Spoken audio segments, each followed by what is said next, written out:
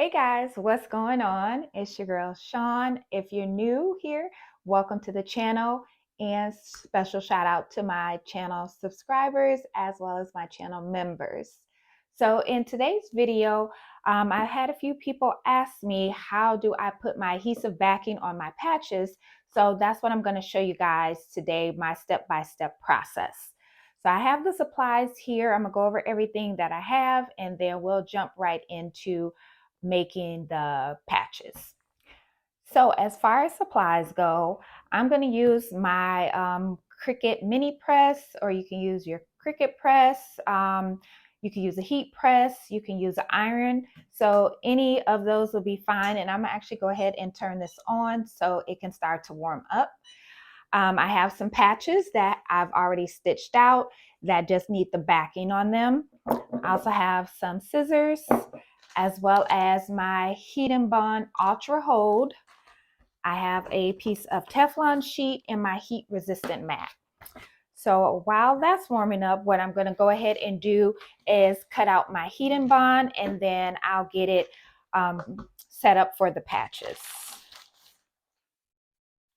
And this comes in a huge roll. I got 5 yards and I want to say it was probably like $12 on Amazon, but I'll have it linked below. All the supplies will be linked below for you guys. So it looks like I need to order some more. So I'm gonna probably only need,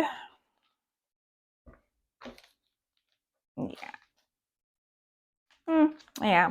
So I'm gonna just cut it out. I'm just laying my patches down and then I'm just gonna kind of cut out how much I feel I would need. It's a little bit extra, but that's okay. You can save that for another project if there's enough. Now I'm gonna just throw that back in there and put that off to the side. So then I'm gonna just go ahead and cut this in half, well, somewhat in half. Okay. So now I have a piece for the bingo patch and then I have a piece for the cube. So what I like to do, and the back inside will have paper on it, and then it'll have like a rough side. That's the adhesive side. That's the side that you want to press onto your patch. Okay, so the rough side. So it looks like our press is warmed up.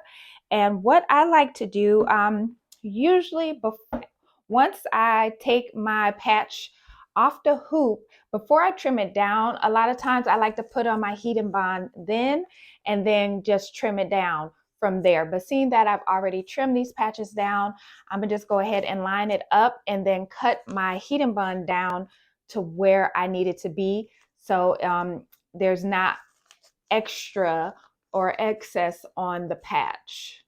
So you don't want to have, you don't want to press it and you're going to have all of this extra, which will also stick to your mat, your table, your press, you know, or whatever. So I pretty much will line mine up on my patch, and then I'm gonna grab a clip as well, and then I'll start to cut around it.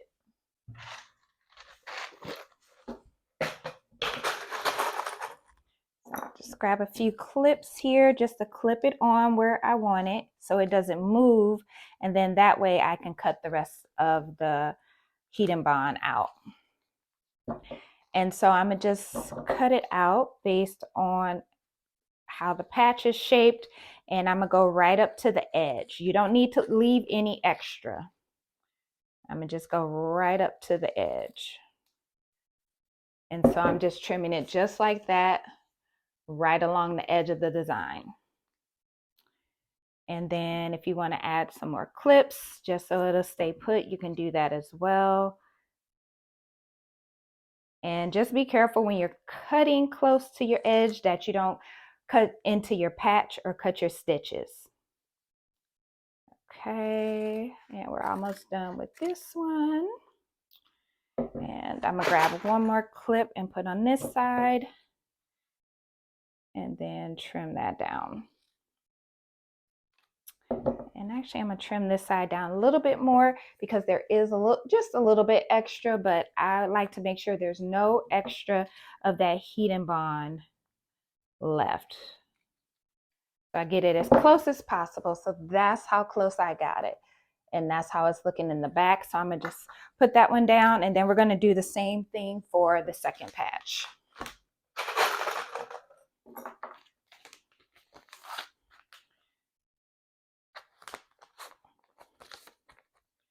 And I'm going to just line it up at the top and clip it. Just put 2 clips. And then I'm going to start by going across the bottom and just cutting that part off. And then I'll clip it. Just like that. And then I'm going to do the same thing all around. And then trim down the final side. All right, so I'm gonna get this stuff out the way. And then we're gonna move our mat over. Now, regardless of if you're using an ironing board, if you're using a heat resistant mat, your heat press or whatever, have some type of Teflon sheet, butcher paper, something like that down.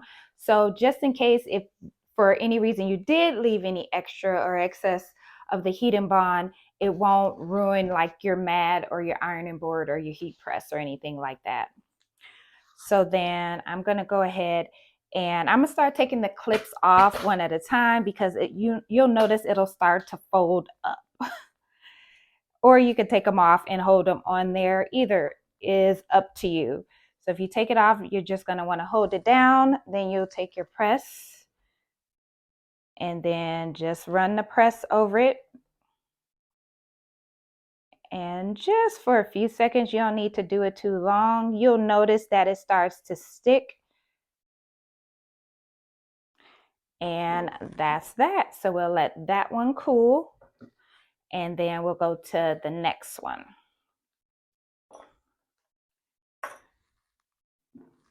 And so same process, just take, your iron, your press, or whatever you're using, and then just press. And I just go kind of in an up and down motion a couple times from one end to the other. And usually that does the trick. And I'll let it cool off.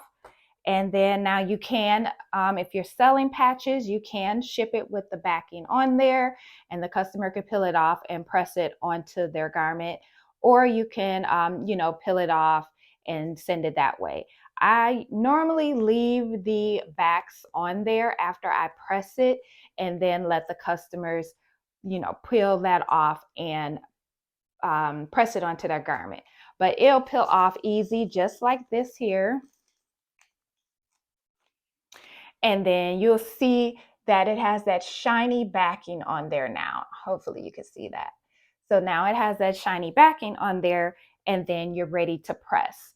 As far as the press times, I got to look at my cheat sheet.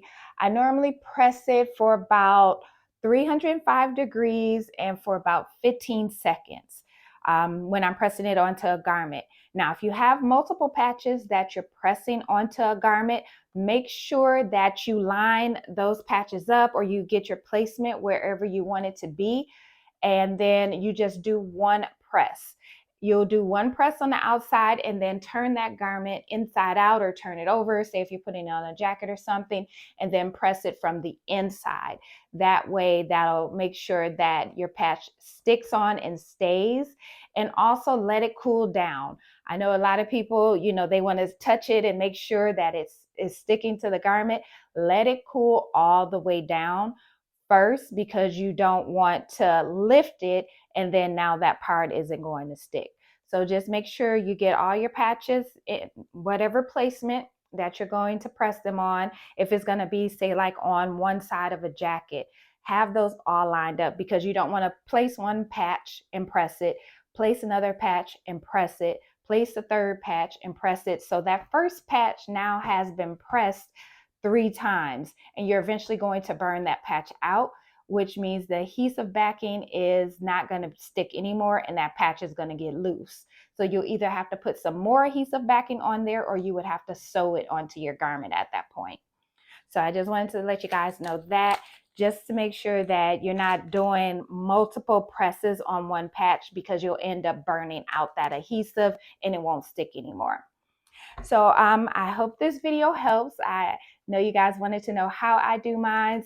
It really just depends. If I have a large order of patches that I'm working on, I'll place them on my heat press, and then I'll use some heat tape, and I'll tape it down on the side so the heat and bond doesn't move, and then I'll press all the patches, at one time when I'm doing, I'll say like 4 or 5 patches or so. But you can use any of your presses, your heat press, your home iron, whatever you have to press that on. But if you guys do have any questions, let me know below in the comments and I'll be happy to answer.